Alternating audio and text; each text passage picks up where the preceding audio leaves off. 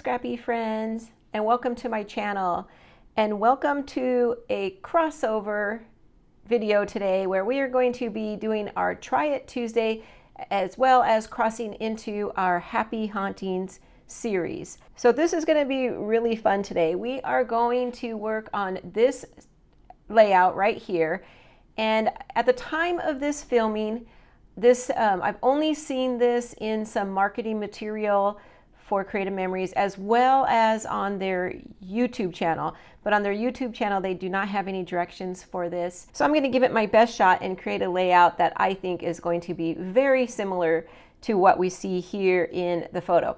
However, I won't be able to make it exactly like the photo because since we are in the middle of this Happy Haunting series, I have cut into a lot of my papers. I have finished a lot of layouts, and I don't have exactly all the right colors choices that they have in the layout. So some things will be a little bit different, but I think overall it's going to have the same look and the same feel. So at the end, you can tell me how close did I come to hitting the mark on this.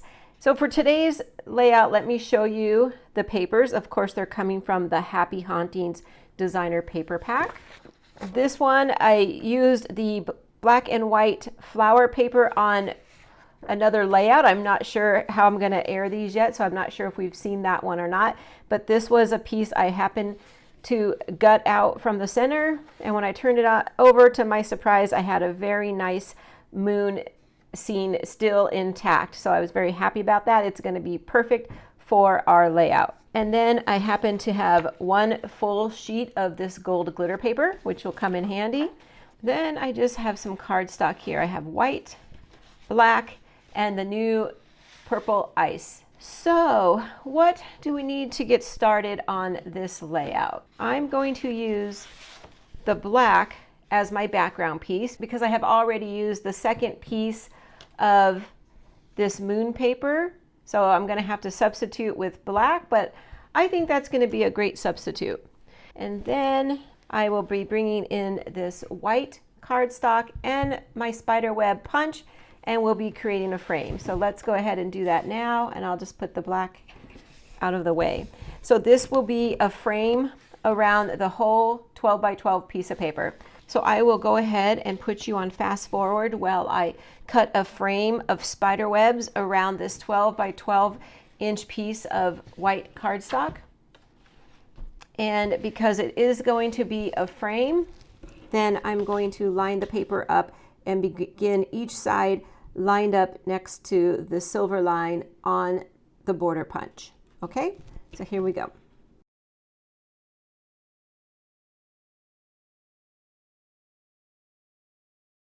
Okay, there we go. We have our background. I think it looks pretty good.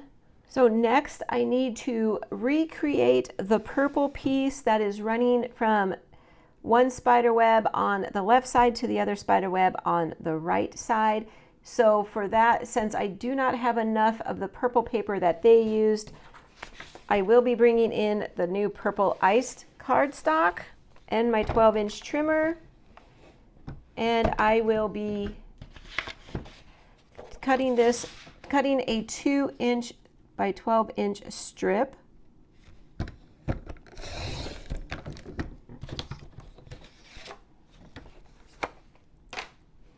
And then on this trimmer, I'm just going to do a single punch on each side of the 12-inch strip. So I'm going to slide it in, and I'm just going to line it up in the center of the punch as best as I could. And let me just look at it like this. You press down a little bit so I can show you. I think it's pretty good, so I'll go ahead and punch it.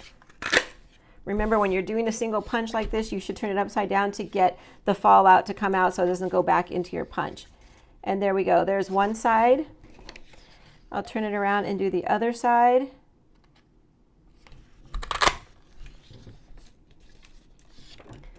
Okay, and there we go.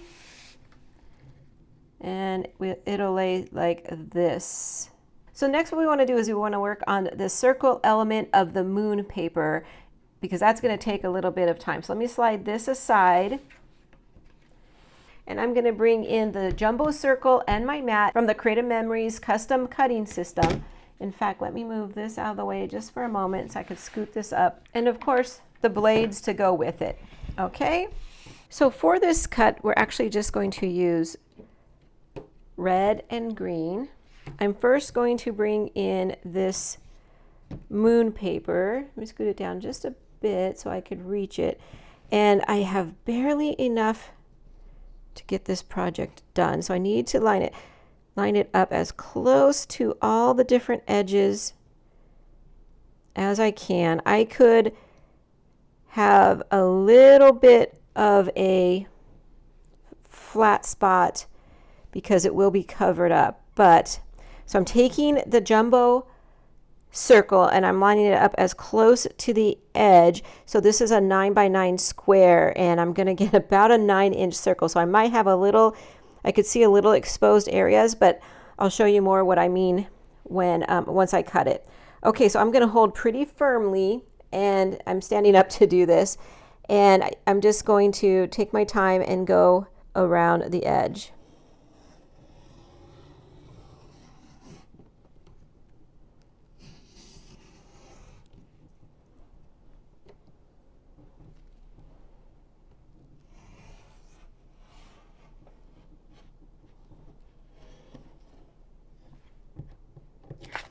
Okay,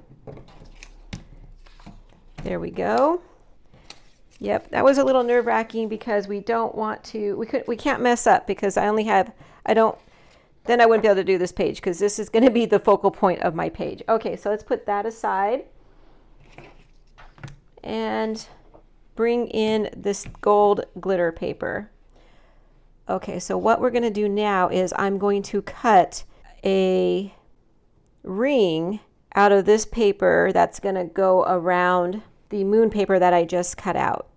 So this one, I'm just trying to try and save paper here also because I might want some of this for matting later on. So I'm just trying to line it up here. Remember, red cuts flush to the template, as close to the template as it can go. So I can, as long as I have paper not peeking through. I was afraid on this one I was going to have some flat spots, but I didn't, so that was good. And the first thing I'm going to do is start with green because green's going to be the innermost circle, and then I'm going to hold firm to the paper and then cut the red around the outside.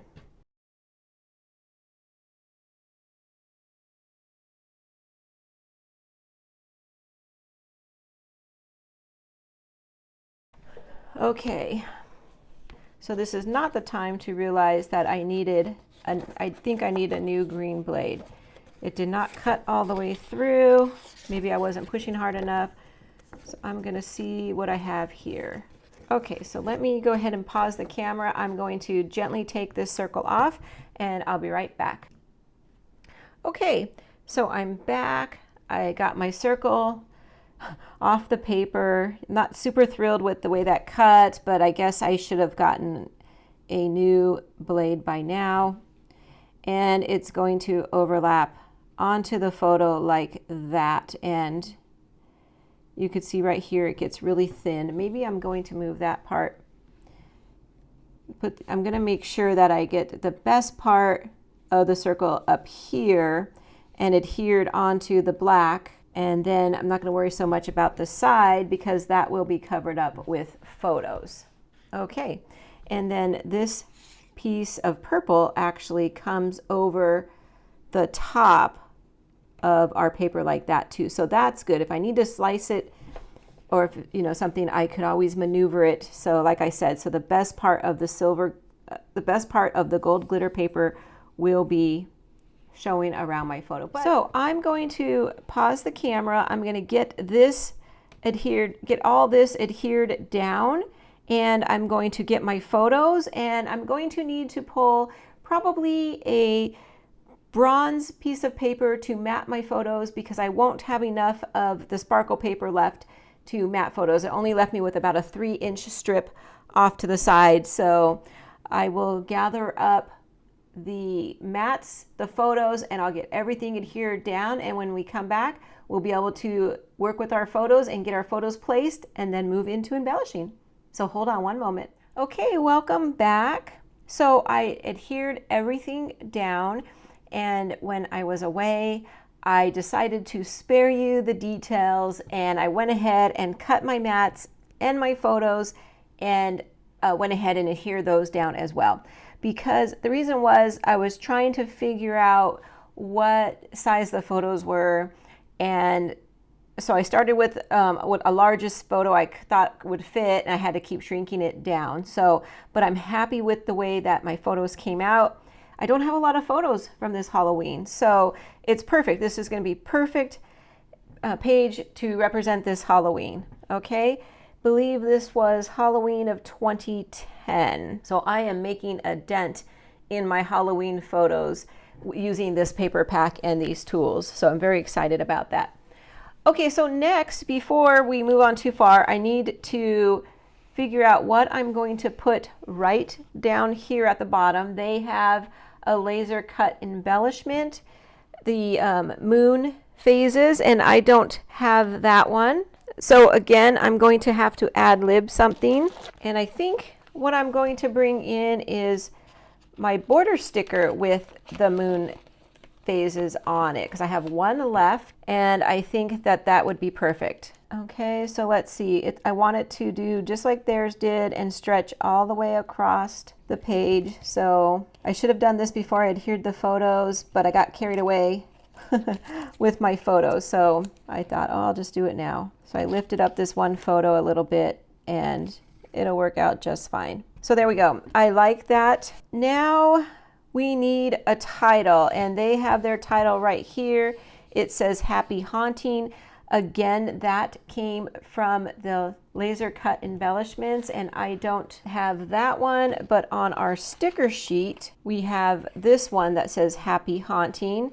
So I think I'm gonna put that right there instead. So yeah, let me get some foam tape because I'd like to pop that up onto some foam tape.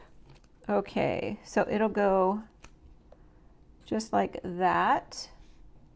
A little smaller than what they had. I had a couple other options on the ones I pulled in from my stash. I liked this one too that said Happy Halloween. That was going to be my next one. Well, let's hold off for one moment, because what they have here is they use the spider hanging down and the word beware. That's kind of cute. So they just layered it up like this. They might have even have trimmed a little bit off. So let me do that right here. Just going to clip off a little piece of that on each side so it's not hanging out. There we go. So it looks like that. That's super cute. And then it's hanging from the top of the purple right into the border strip. So yeah, I like that. And now the Happy Haunting. Let's see. It can go right above, it can go over to the side, or we can use the Happy Halloween. And I think I'm feeling like more like Happy Halloween. And it is kind of just floating out there in space a little bit. I'm okay with that. There, it's gonna look like that.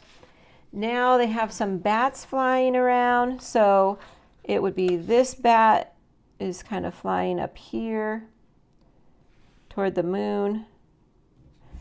And then these bigger bats are flying up here. And I think I'll put a little dimension on their wings, piece of foam square, to kind of give that some dimension. So it'll look like that. That's cute. And then one more bat they have right here. That's super cute. This one I might actually put a little foam under as well. So a little bit different right here, but that's okay. But for the most part, it's pretty close. My journaling they have it right over here. I'll probably just put it right around here on the bottom of the circle. And you know what, I wanted to point out, when I adhered this circle, this glitter circle, I did use liquid glue for that, and I started at this end and went over to here. I did have to snip it a little because as I rounded the corner here, as I rounded the circle here, it got very thin because of the way I cut it, not because of anything else. It was just, I do need a new green blade. So I snipped it a little, glued it, and then they matched up, but it's all hidden right under the purple. So that was pretty nice. Okay, so moving on, they have some embellishments right here. They have the pumpkins. I only have one pumpkin left. So what I think I'm gonna do is I'll take a pumpkin and 2 leaves. Let's see if this will work. This is great because we're really using up the sticker sheet in this series that we're doing. So I'm enjoying that. And then I could put it right like that. In fact, I think what I want to do is just use 1 leaf. I usually like to do things in 3s. So I'm going to pull the spider from here and put him coming off the pumpkin like that. So a leaf, a pumpkin, and a spider.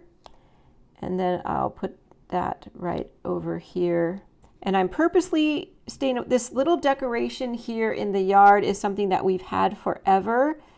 I believe we still have it, but I want to make sure that I could see that, because I want, when they're looking at the photos, I want them to see the yard, some of the yard decorations, and that's the only one that was in the photo, so I wanted to make sure I keep it, so I don't want to cover it. There, now I think I have all the embellishments in place, and I think it looks very similar to what it looks like in theirs, except for, you know, the few things I had to change.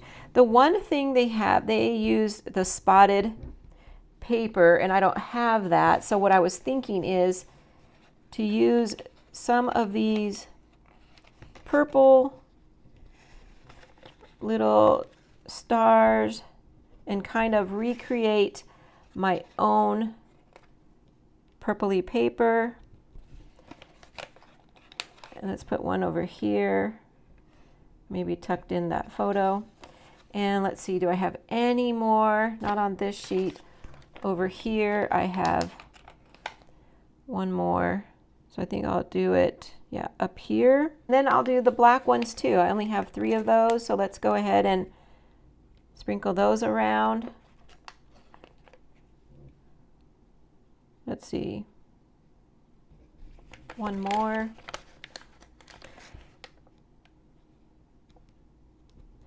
And then to further still recreate that paper, I will bring in my black dual tip pen, and I will just give it little dots all around so I can kind of recreate the paper that was there originally. So it's not going to be a perfect match, but I think it added just enough detail. So there you go. I finished this one. I like it. I like it a lot. I think it's very, it's a little spooky and it's fun. It looked a lot more challenging than it was. Of course, the hardest part was cutting that circle. And the scariest part was cutting the circle out of the moon paper, but the hardest part was cutting the glitter paper. But it worked out really nice. I'm very happy with this. Another Halloween page in the book. If you're liking this video, I'd really appreciate it if you took a moment to click that like button. That helps to spread my content further in YouTube and to more scrappy friends. And I think I'm going to wrap this up, and I hope that this inspired you to go out there and give it a try. So until next time, take care, and we'll see you soon. Bye-bye.